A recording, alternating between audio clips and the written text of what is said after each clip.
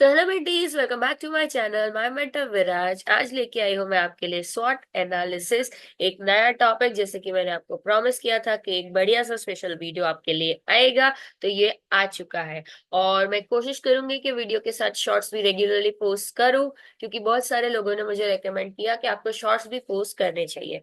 तो चलिए फिलहाल के लिए स्टार्ट करते हैं बिना देर किए आज का लेक्चर, स्वॉट एनालिसिस। तो सबसे पहले आज जो मैं स्वॉट कराऊंगी वो है खुद के लिए भी एज वेल एज बिजनेस के लिए भी। ठीक है, स्वॉट for self as well as if you are pursuing entrepreneurship, तो बिजनेस में कैसे इसे यूटिलाइज कर सके उसके लिए भी स्वॉट मैं आपको शॉर्ट में समझा दूंगी। Starting with स्वॉट। स्वॉट है क्या? स्वॉट is combination of four words SWOT, where S stands for strength, W for weakness, O for opportunity and T for threat।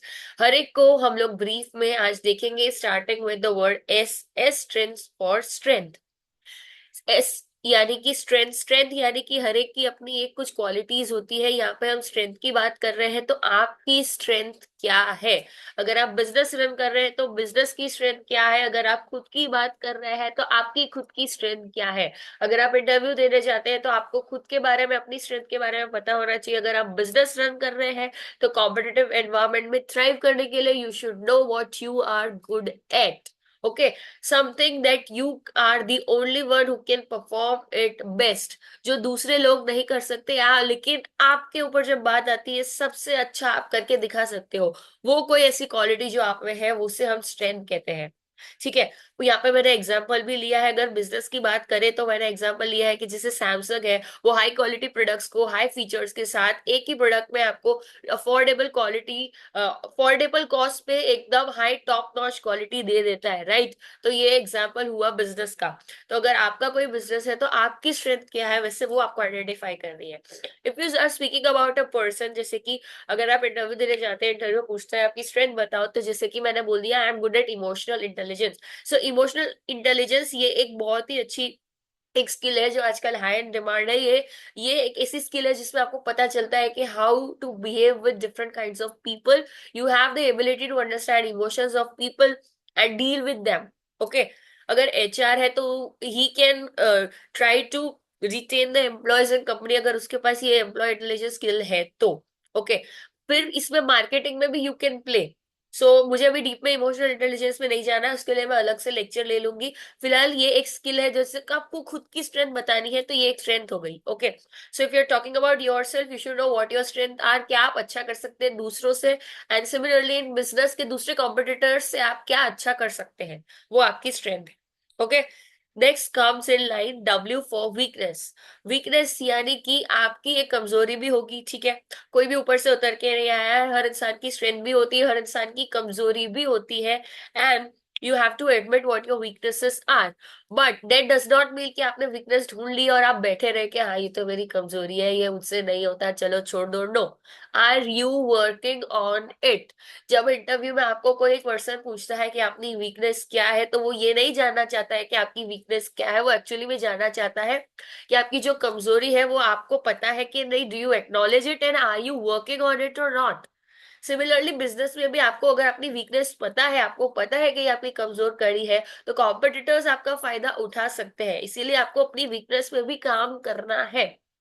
Okay, so things जो आप कर सकते हैं, you know, but you are not doing it efficient enough, आपसे अच्छा भी कोई और कर सकता है, ऐसी कोई चीज है तो वो है वीकनेस।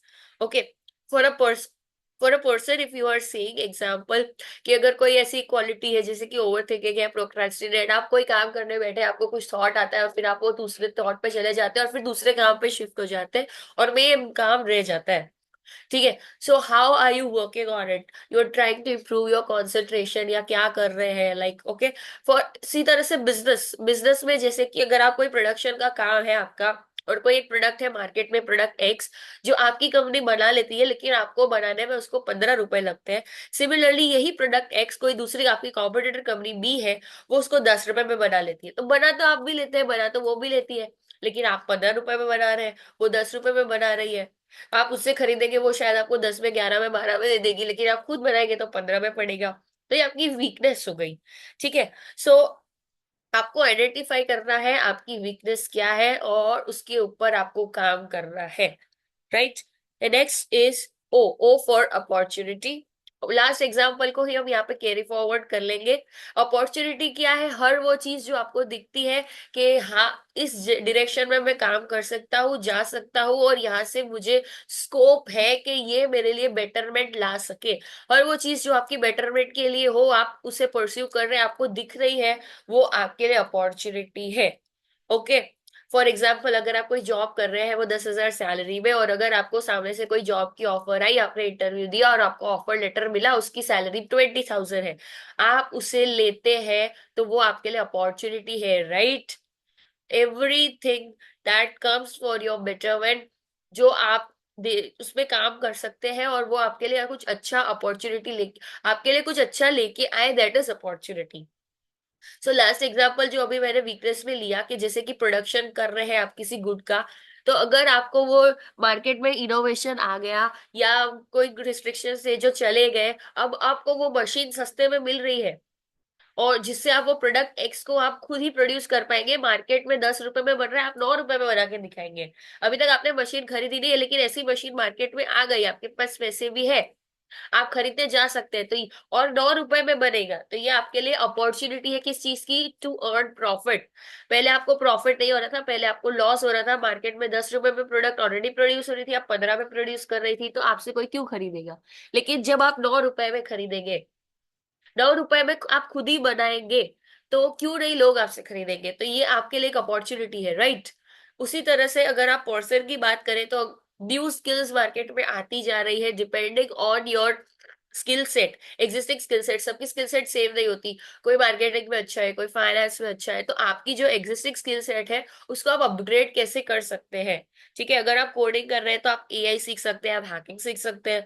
तो आपकी एग्जिस्टिंग स्किल सेट को आप अपग्रेड कैसे कर सकते हैं? अगर कोई मार्केट में नई चीज आई जो आप सीख सकते हैं, आपको लगता है कि ये आपको आगे आपके फ्यूचर में जॉब में या बिजनेस में मदद करेगा, तो वो चीज आपके लिए एक अपॉर्चुनिटी है। ठीक है। कोई भी ऐसी चीज या प्रोडक्ट जो मार्केट में कभी आई ही नहीं है, या अब आई है, और आप उस चीज को परस्यू कर रहे हैं, तो वो, और क्यों, तो वो आपके लिए एक अपॉर्चुनिटी है, राइट? फॉर एग्जाम्पल, अगर आप किसी नए मार्केट में एक प्रोडक्ट लॉन्च करना चाहते हैं, जहाँ पे प्रोडक्ट सब लोग मांग रहे हैं, बट कोई देने को रेडी नहीं है, कोई नहीं दे रहा, लेकिन वहां पे डिमांड बहुत है, वहां पे अगर आप अपने अपने प्रोडक्ट लॉन्च करी, that can be an opportunity for profit, right? Next and last in line comes T for threat. Threat, अब हर एक की एक थ्रेट भी रहती है। ओके। जैसे कि मैंने नए मार्केट का एग्जांपल लिया, कि एक नए मार्केट में आप एंटर हो रहे हैं, वहां पे डिमांड है, वहां पे लोग, लेकिन प्रोडक्ट अवेलेबल नहीं है। लेकिन हर बार हर जगह हर नए मार्केट में डिमांड हो, ऐसा जरूरी नहीं है। अगर आपने कोई नया इनोवेशन किया, कोई प्रोडक्ट ही नई लॉन्च की, जिसके बारे में लोगों को आइडिया ही नहीं है, कभी मार्केट में आई ही नहीं, अगर वो प्रोडक्ट आप मार्केट में लेके जाएंगे, आप तो खुश हो जाएंगे, अरे वाह, कुछ नया आया, लोग ले लेंगे। जरूरी नहीं है। आपने वो प्रोडक्ट लॉन्च की मार्केट में और लोगों को पसंद नहीं आई, तो वो पूरा का पूरा जीरो हो सकता है एक दिन में। ठीक है, तो वो आपके लिए है एक पोटेंशियल थ्रेट। फॉर एग्जाम्पल, मैं किसी कंपनी के बारे में कुछ कहना खराब नहीं कहना चाह रही, this is just for an example. जैसे कि टाटा नैनो बहुत अच्छा प्रोडक्ट है, really it is super, but उसकी मार्केटिंग थोड़ी सी सही नहीं थी, इस वजह से ये प्रोडक्ट मार्केट में फेल हो गया, और इवेंचुअली टाटा को नैनो का प्लांट बंद करना पड़ा। ठीक है। सो ये एक थ्रेट था, कि मार्केटिंग अगर गलत जाती है, तो आपका प्रोडक्ट एकदम टॉप से एकदम जीरो पे आ सकता है, राइट? सो उसी तरह से अगर कोई पर्सन है, तो उसके लिए उसका थ्रेट क्या है? कि कंटिन्यूअसली मार्केट में चेंजेस आता रहता है, कितना अपग्रेड करूं, मैं एक स्किल सीखती हूँ, मार्केट में चार नई आ जाती है, और वो जो चार नई स्किल आई है, एम्प्लॉयर मुझसे वही स्किल मांग रहा है, और जो मेरी एग्जिस्टिंग स्किल है वो डिप्लीट हो रही है, मुझे चाहिए नई स्किल। जैसे कि अभी एआई की बात करें, तो जैसे एआई मार्केट में आया, तो लोगों की जॉब्स जाने लगी है।